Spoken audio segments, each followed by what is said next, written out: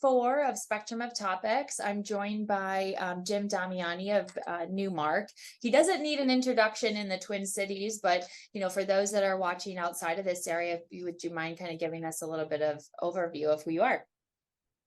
Yeah, thanks, Celeste. Happy to be here today and talk about the office market. Jim Damiani here, Newmark. Been in commercial real estate for, 35 years. Started when I was 10, I guess. Always with the funny jokes. I love it. So let's just kind of roll through it. Yeah, we're going to talk kind of high level about office market. How are you and your team? What are you guys kind of seeing? What are your thoughts? But maybe tell us a little bit about how you kind of got started in this industry. Yeah, I kind of fell into it when I was in college. I'm an accounting major at Augsburg College and now Augsburg University. And in the summers, I would do odd jobs, landscaping, whatnot. And then I started working renovating apartment buildings. And when I graduated from college, the firm that was buying and selling apartment buildings asked me to join them.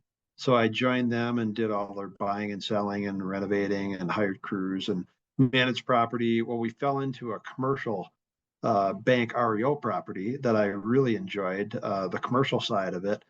And from there, I interviewed with Thorpe Brothers. They were the oldest commercial real estate firm in the Twin Cities at the time. And this is, early 90s. And Sam Thorpe took a chance on me and said, I'll take a chance and pay you a draw. You have to pay it back. Yeah. And about 6 months into it, I went to him and said, how about if you don't pay me the draw anymore, but I don't have to pay you back if I go straight commission? And that's what I did. And it all worked out great. And it was interesting. About 25 years later, I saw him at Lifetime Fitness. Yeah. And he was doing a workout routine, taking some personal training classes, and he's in his mid 80s and he's doing personal training. Yeah. That's the type of guy he was. Yeah. And I went up to him and talked to him for a while. Good to see him. And I just thanked him. I said, you taking a chance on me changed my life for me and my family. And it's been a wonderful career that's nowhere near done. But I thanked him and he appreciated that. Oh, that's awesome. That's great. That's such a great story. I love that. Kind of transitioning over to kind of what you're hearing from your clients and kind of what you and your team, there's a lot kind of going on around what's the office, what's next, what should we do? So maybe tell us a little bit about what you guys are kind of hearing from your clients. Yeah, early on in the pandemic, it was we need work from home strategies. We need to figure out how to still be productive while we're not in the office. And then it morphed into this. Some people are going to be remote. Some are going to hotel, hybrid work schedules. What's everybody else doing? But more importantly, what works for our culture? And companies are doing various different things. Some are completely remote. Some are saying we want people in 3 to 4 days a week because we need mentorship, collaboration. And what we found with a lot of our clients, our business as well, is you can maintain your business fairly well remotely when you have to. Yeah. It's hard to grow your business. It's hard to brainstorm with others. It's hard to set up that scheduled call to brainstorm, right? So we really think being in the office, and of course, we're in the business of commercial real estate, so we should think that you need to be in the office. But really, truly, I think you need to be in the office, maybe not all the time. Hybrid's not going away, but wherever you do your heads down work the best, do it there. If it's in your car or a coffee shop, at home or at the office, do it there. But the office should be more for teamwork, collaboration, mentorship, and all those other things that we all need in order to grow our careers. So the office space is not going away, but it is changing, right? It is, like I said, the hybrid. Some people are going to be remote, but it's definitely here to stay. The hybrid is, and we just want to help people navigate through that. And I think we do a good job with that. Now, most of our clients are looking, flexibility is key. And when I say flexibility, it's flexibility not only in their lease, so they could contract if they need to contract or terminate the lease and go somewhere else, or expand, all these different things. But it's also flexibility in design, so they can do these things. flexibility in furniture, so they can morph and change as things change, or as it's all about the experience for their people, right? So as the experience requests change, they need to be able to be nimble and change with that. Yeah, that's interesting. That's kind of what we're hearing too when we're talking to some of our clients and talking to them about kind of almost what we call future proofing the best we can, right? You know, nobody has a crystal ball, nobody knows what's going to happen, but at least, kind of that same kind of thought process, right? Like creating some flexibility so for some organizations. That's interesting. So that kind of ties into my next question here. We're hearing a lot in the industry around, flight to quality. Can you kind of expand on that phrase and what does that really mean to your clients? I know you mentioned flexibility within the lease, but maybe kind of expand on what that means a little bit. Yeah, so basically the flight to quality is definitely happening now. And one interesting story maybe is 10 West End, very successful office development on 394 and 100. Mhm. Prior to the pandemic, they were kicking around, do we go spec? Do we go spec? Not going to build it spec because we need mid 20s or higher net rents in order to go spec, and no one's going to pay that. Well, then the pandemic hits. They built the building and they ended up getting high 20s, low 30s net. And it's like, well, how does that make any sense? No one wants office space anymore, right? Or they want less office space. How are the rents going up on a building like that? Well, it is the flight to quality. What companies are doing is they're saying, we kind of get the hybrid model and the remote work now. At least we are willing to commit to some sort of longer term lease instead of a 1 year kick it down the road. Yep. Well, in order to do that, maybe we don't need 50,000 square feet. Maybe we need 25,000 square feet. And if it's the nicest, best located, walkability, best amenities in the building, best air quality, HVAC systems that are balanced, natural light, all that stuff, maybe our people want to come in more. Well, if I'm used to paying $30 a square foot gross rent on 50,000 feet, why wouldn't I pay 45 for the nicest space in town and take half the space? I'm paying less per month than I was before. The people that are coming in are super happy. It's a great experience for them, and everybody wins. So it's really interesting that the really nice, well located buildings with walkability and all the amenities and state of the art systems are doing well and actually charging a little more rent Mhm. than the class B or C buildings, which a lot of those are eventually going to be going away. Some of them turn into hotels, apartments, or scraped for retail or industrial or what have you, multifamily Yeah. Yeah. That's developments. interesting. That's really interesting. Something that I've always thought was really great about your team is you guys have a unique approach to helping your clients. Can you kind of share a little bit about your tenant experience kind of ranking system that you guys use? I think people would find that really interesting because I think it's a unique approach that you guys take.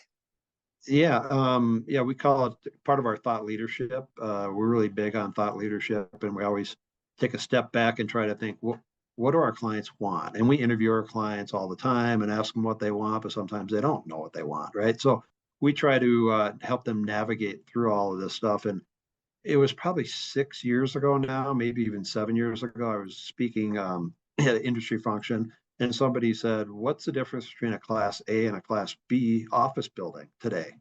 And I paused and I said, my clients don't really care. And let's look up the definition of Class A per BOMA, if this was a BOMA event. And I looked it up and it said the nicest finishes, best trim around doors and windows, charges the most rent. I'm like, well, that's not real helpful. And it Yeah, seems like kind of a fluffy answer, right? sure. Definition. Yeah. And Class B said charges less rent and not as high a finish level. So it's like, okay, I think it should be based on a star system. If you take an Uber and your driver is a 4.98 ranking on a scale of 5, Hmm. and they have 10,000 trips, guess what? They're going to be on time. They're going to have a clean car. The experience is going to be good. Yep. Same with Yelp or if you TripAdvisor, everything's based on a 5-star system. Hmm. So why can't real estate be a 5-star system versus ABC? And I went back to the office and I was like, I'm on Google and no one has this anywhere in the world, right? Yeah. And it's simple. right? So I said, can we do this? I went to our research director. I said, can you do this? And she said, I can. I could do it starting with Minnesota, right? That's where I'll start. It's going to take probably a year, year and a half because I have to look at every building and see what they have and Yep. create all these categories. And then I said it was based on building amenities. She came back about an hour later saying, what about natural light, good natural light, well balanced HVAC, and things that are not amenities, but Yep. super important to the employees, right? Yep. So I said, that's why you do what you do and I do what I do, right? So Right. she created this system with 18 categories, ranked every building in town, took a year and a half. And then COVID hit, added air quality and cleaning standards. Now there's 20 categories. Wow. Well, our clients love it and they think that we created this system because of the pandemic, right? They use it to attract new employees, to engage new and current employees, so they want to stay, and it's all about the experience. So they can tell their people, hey, we used to be in a 4-star experience building. We moved to a 5-star because we love you and we want you to be happy at the office and want Yep. you to be productive. Yeah. So we created it well before the pandemic. It just so happens that it's That a it worked. great tool for our clients to use right now, Yeah. um, during this time. Yeah. That's interesting. I love that approach because I think it's so it's so kind of client needs driven, right? And I think what you were saying around just it's so subjective, like class A, B, C. So I think that's really great that you guys do that. Right. And the Um, unique thing about our system is we have 1 point for all 20 categories. We sometimes give it to our clients and say, do you want to weight it? Why don't you give this oh, system to all your employees and rank 1 through 20, the most important to the least important? It re-ranks every building according to what their culture is, because wow. it shouldn't be the same for everybody, right? Yeah. Oh, that's an interesting thought. Like, yeah, polling the employees of the organization to say, okay, yeah, we believe we know what's important, but you're really getting that like employee feedback. Oh, wow, that's great. Yeah. Because then that would tie Yeah, in because it's all about the experience. exactly. Yeah, Oh, it's that's all great. about the experience level, right? And Yeah, if you can raise the experience level for the employees, they're going to be more productive and they're going to want to come into the office more and yeah, all of those things. And with unemployment so low in Minnesota, yeah. especially, you got to do those things. Yeah, and I don't think that that topic in general, I mean, that's a whole nother topic. I don't think that that's going away anytime anytime soon. Um, I really Right. wanted to get your thoughts. Again, you're very well known in the Twin Cities around that. I just want to hear kind of your opinion on where the office is currently at and where is it heading. I know that's kind of a big question, but just wanted to get kind of your thoughts on that. Yeah. You notice the backdrop of my screen, by the way. I took that photo and a client the other day looked at it and goes, oh, this is a beautiful sunset. And I go, it's actually a sunrise. And that's the way I look at the office market. Yeah, Is it's not a sunset on the office market, it's a sunrise, it's a new beginning, it's going to be good. Now it might take a few years before we get there, but what's happening is, like we talked about before, the flight to quality, it's forcing these buildings to reinvent themselves, to make the buildings a place that people want to be, right? The yeah, experience level goes up. So vacancy rates one of the highest it's been in our market for office in probably 15 years. It's going to get higher before it goes down. But a lot of the vacant space will be large class B or C buildings that are going to be torn down or converted to something else. So mhm, then they'll get taken off the market. And 3 to 5 years from now, it's going to be higher quality inventory of office space on the market. mm, And the experience level is going to be that much higher for all the employees that show up every day. yeah, And it's going to be a good thing. It's painful right now, yeah, right? And if you own a B or C office building, you have some hard decisions to make. mhm, If you own the best located, best amenitized, best systems buildings around, you're going to do really well. So I'm a big believer in the office market. I don't think office space is going away. We need it yeah, to grow our business. During the pandemic, I could maintain my business and a lot of my clients could maintain their business because yeah, we're all doing it together at the same time. yeah, Technology worked. you can't grow your business, or it's very hard to grow your business if you don't have in-person meetings and in-person, office space to go to. So I'm a big believer in it, and it's going to be good in the long run. It's going to take a while, and where there's change, there's opportunity, right? So you can either choose to chase around, or like Wayne Gretzky used to say, I'm going to go where the puck's going to be. I'm not chasing the puck. I'm going to go to where the puck's going to be. And the people that do that and the companies that do that are going to be the ones that are successful. Have you had, maybe this is too short of a time period, but have you had those organizations or clients that you represent that said, you know what? I don't need the office. I'm just going to go away. Have they circled back to you and said, maybe we need to reevaluate this? Yeah. So one prime example, during the pandemic, I had a client that had 50,000 square feet. They wanted to expand and take another 25,000 square feet. Their office was inefficient. Private offices were too large, too much open area. It just wasn't designed right, but it was economical, right? And I kept telling them, we might want to move to a different building where you can start from scratch. And maybe you don't need 75,000 feet. Maybe you need 50,000 square feet if you design it correctly. And they just didn't want to go through the change of a move and the hassle, the cost, and all those things. Well, then they were all set to just expand.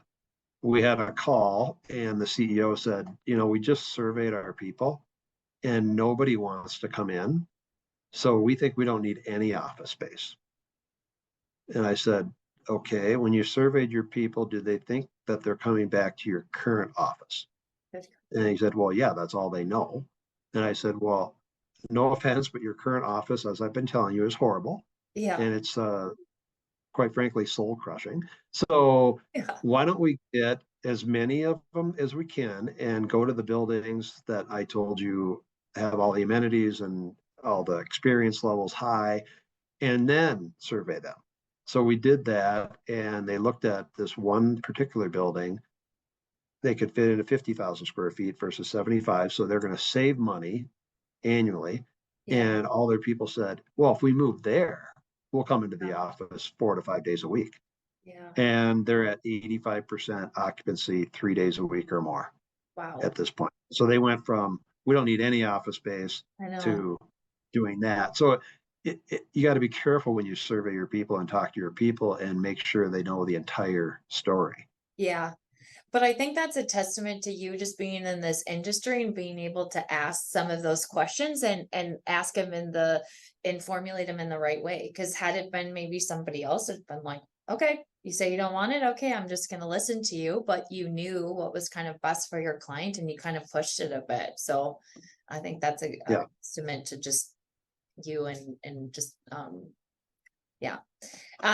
okay, last one, fun one. I haven't done this yet. So I figured you'd be the first person to really do this too. Should I be nervous? Maybe. If you had to pick one song to be a theme song of your life, which song would it be? Oh boy. There's a lot of great songs out there that I like. I know, it's like, okay. I'm a huge Tom Petty fan. Okay. And if I was a professional athlete, like a baseball player, and they have a walk-up song and you're coming up to bat, I think my song would be I Won't Back Down. Okay. That's the Tom Petty song. And I don't back down. I always figure out a way to make it work. Make something happen. Yeah, I love that. I love that song. Love Tom Petty. Well, Jim, I can't thank you enough. I know you're really busy, so I appreciate you taking the time to provide some insights. And I think what you said around the office is a really good perspective. It could, get a little worse before it gets better, but really where there's change, there's opportunity. So I always appreciate your perspective and kind of your thought leadership that you have around this industry. So thank you again for your time. Yeah, thank you. Have a great day. Thanks. Bye.